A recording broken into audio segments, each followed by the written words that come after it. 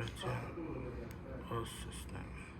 Yani bir tane ondan sonra işte ötelerde böyle tutaklı ayrılma da orada.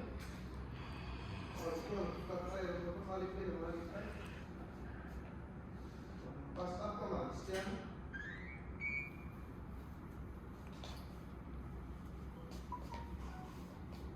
Napolyon da kendine söz dediğiyle sen hep elinde olur. Tutaklı Halif'in şöyle bir şey olur. Ben bu açık bir şey olmuş.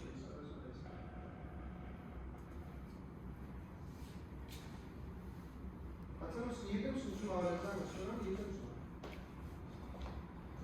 Sonra öyle büyüme. Baktığında beklemem.